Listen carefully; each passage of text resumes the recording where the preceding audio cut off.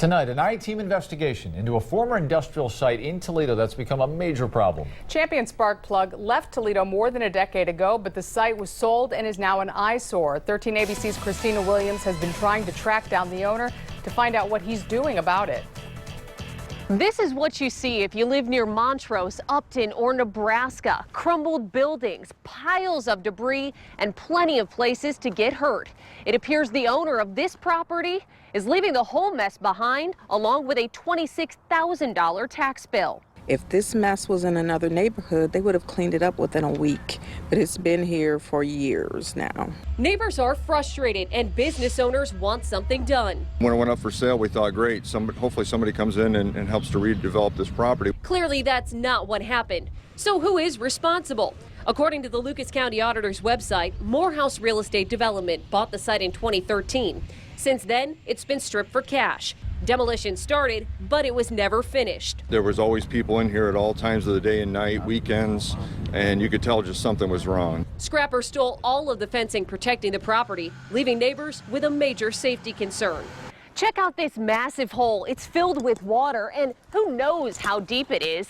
Anyone could fall in there. In addition to that, you have sharp metal, rusted nails, and broken glass. We tried tracking down the owner, Donzel Moore, at multiple addresses, but no luck. Turns out he's already in trouble with the law. Moore and Morehouse Real Estate are facing charges of removing asbestos without certification and without notifying the EPA, along with illegally disposing of construction and demolition debris. Last summer, the city went after Moore for failing to clean up the Champion site. He was found guilty and forced to pay a few $100s in fines. But there's still no resolution. Why is this even being allowed? It's not fair, and if I could, I would go over there and clean it up myself. So what's next? Toledo has multiple vacant buildings in disrepair. Sometimes the owners are out of state, and in most cases, they owe back taxes.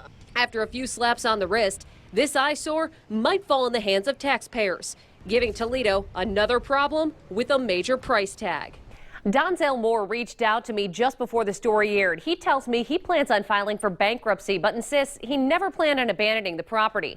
In fact, Moore says this was his first commercial job. He's been in the business of flipping homes for the past decade.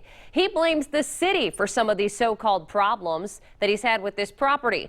Moore is set to go on trial on the charges linked to Champion spark plug next Tuesday. We will be in court and bring you those new developments. Reporting for the I-Team, Christina Williams, 13 ABC. Action News. It was once a crown jewel in the city of Toledo and manufacturing here. Champion spark plug shut down, though, decades ago. Today, it's a safety hazard, and neighbors want action. They've wanted it for months. 13 ABC's Christina Williams has been working to get answers about what's next for the problem spot. And tonight, we have new information on the absentee owner in this 13 ABC I-Team follow-up. Known as one of the city's most successful businesses, founded by the prominent Stranahan brothers, Champion spark plug changed the auto industry forever. After decades of success in Toledo, today the factory's long gone, and this is what's left behind. I think it's a hot mess. I think they need to hurry up and clean it up before they find other than trash over there. You know what I'm saying? Because it's totally dangerous. Donzel Moore, a Toledo real estate developer, owns the land. He started demolition 2 years ago, but the job was never finished. Scrappers, dumpers, you name it. The area between Nebraska and Upton is a hot spot for criminals. Frustrated, very frustrated. We first started investigating the problem 6 months ago. Since then, the owner's been convicted of a felony for illegally abating asbestos. He owes the Ohio EPA $25,000, and that's just the beginning. There's also more than $130,000 owed in back taxes. Jeanette Herndon lives right down the street from the site. The problem is so distracting, she can't even enjoy her yard. I had a party in my backyard, and we had to put up tarps to hide that mess. Moore refuses to talk on camera, but claims he is working on the space. Since May, the guardhouse has been demolished, and the trash on the site is gone. But there's still no fencing to keep people out. That's my shortcut through there. I just try to avoid the holes, so. Okay, thanks, bye. Dennis Kennedy is the manager of Toledo's Division of Code Enforcement. His job is to keep track of problem properties. He says Moore has a history of bad practice with projects in the city. But his plan to demolish Champion was solid. His plan identified it to be in phases. there was going to be phase one was one building, and when that was complete, phase two was the next building. Moore didn't stick to the script. Today there are environmental issues, and neighbors like Ava Bellman fear this spot is turning into a playground. I'm just worried about the safety of the kids that might go wandering around in there and, not realizing, the hidden dangers that's in there. The biggest challenge is finding the money for this cleanup. We're talking a massive project spanning multiple acres, and with debris all over this facility and neighbors growing increasingly upset, the big question becomes, where is the money coming from?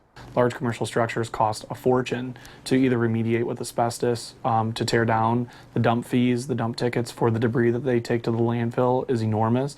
An average commercial building can be 6 figures. Who do you think should pay for it? I think the owner should pay for it. He made that mess. He should pay to have it cleaned up.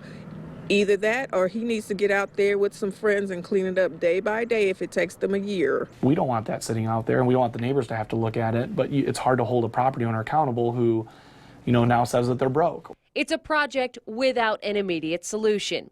The city has another nuisance case pending against Moore in municipal court, but that's where the story stalls. Right now we're at the point where we need him to do something. Just like other eyesores around town, fighting with absentee owners is a full-time job.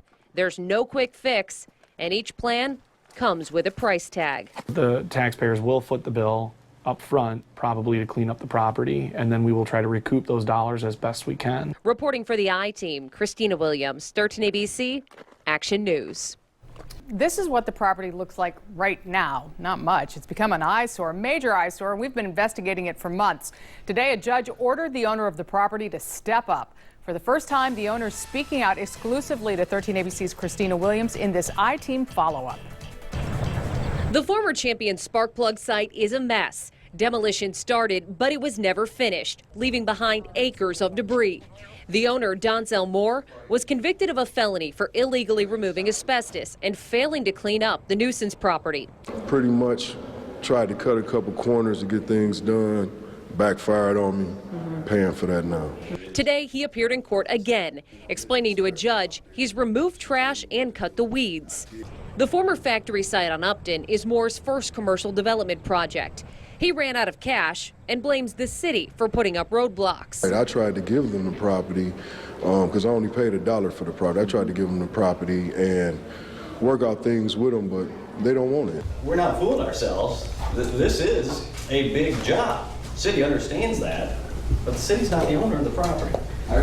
He purchased this property, I'm assuming with his eyes open, knowing what he was getting into. It's a nuisance, I agree, and it's going to keep on being a nuisance because I don't have the funds or the machinery or anything to get it done. Did you think about that before you bought it? No, my whole plan was to finish the job. So yeah, I thought about it, but I didn't think that I was going to leave it like it is now. You might not be able to see the progress if you drive by the property. There are still large piles of debris. Moore says he's doing the best he can, but doesn't have the resources to finish the job. And now he's asking for help. I need trucks. I need things like that, excavators. I don't have it. Moore has 30 days to clean up the site and has a message for those neighbors nearby. I apologize. I mean, that's the best thing I can do, and I keep moving forward. In Toledo, Christina Williams, 13 ABC, Action News. Now, Judge McConnell doesn't have the authority to put Moore in jail. Instead, he sentenced him to 60 days of electronic monitoring, which starts tomorrow. Moore is set to be back in court for another review of the progress at the property on December 4th.